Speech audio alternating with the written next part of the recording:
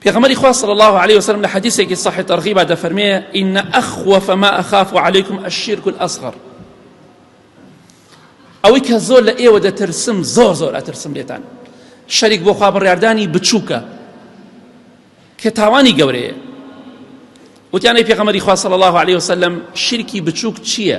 شەریک بۆ خوا بڕیاردان کە بچووکە تاوانەکەی واتە لە بەرامبەری شەریک بۆ خوا بڕیاردانە تاوانی بچووکە، بەڵام لە بەرامبەری زینا و قەتڵە تاوانی گەورەیە.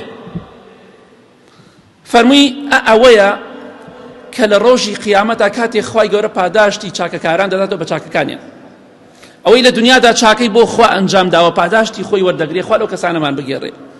خوای گەورە بە کەسانێک دەڵێ کە ئەهلی ڕیا بوونە، واتە حەزیان کردووە خەڵک چاکەکانیان ببینێ، بۆ خوانەیان کردو بۆ خەڵکی کردویانە. خوای گەورە دەفەرمێ اذهبوا إلى الذين كنتم تراءون له في الدنيا فانظروا هل تجدون عندهم جزاء. خوای گەورە دەفەرمێ بڕۆن بۆ لای ئەو کەسانەی کە لە دنیادا چاکەکانتان بۆ ئەوان ئەنجام داوە، نێژ و ڕۆژ و عیبادەت و زیکر و قورئان خوێندن و شەو نێژ و عومرە و حەج و چاکەتان کردووە، خێر و سەدەقەتان کردووە بۆ ئەو کەسانەی کە لە دنیادا بۆتان کردن، بۆی بتان بینن، بۆی مەدەحتان کەن، بڕۆن بزان لای ئەوان پاداشتان دەستەکەوێ. ئێوە خۆی دانێ لە جەهەنەما بێ پەنا بخوا، خۆی داما و احتیاجە.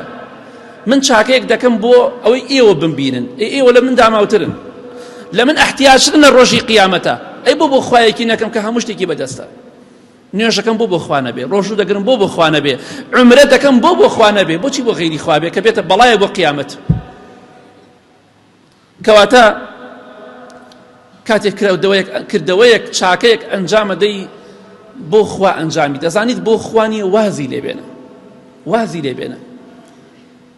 لەوانێت تۆ لە مزگەوتەکە نوێژە فەرزەکە تووشی ڕیا نەبی، بەڵام هەندی نوێژی ترێ تووشی ڕیا بیت، هەندی عیبادەتی تووشی ڕیا بیت، حەز ناکەی خێرکەی بەس بۆی خەڵکت بینێ خێرەکەی، مەبەستی شەوە نیە خەڵک چاو لێ بکە.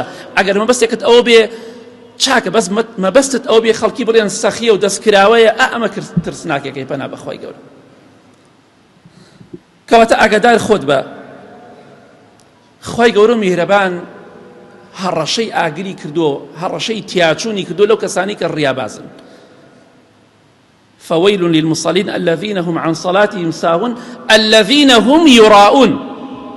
ويل بو كسان بي جهنم و تياچون بو او كسان بي كالريا دكن، ريابازن أهل الريان. خواها رشي آقري كردو لمن كواتا آقدار به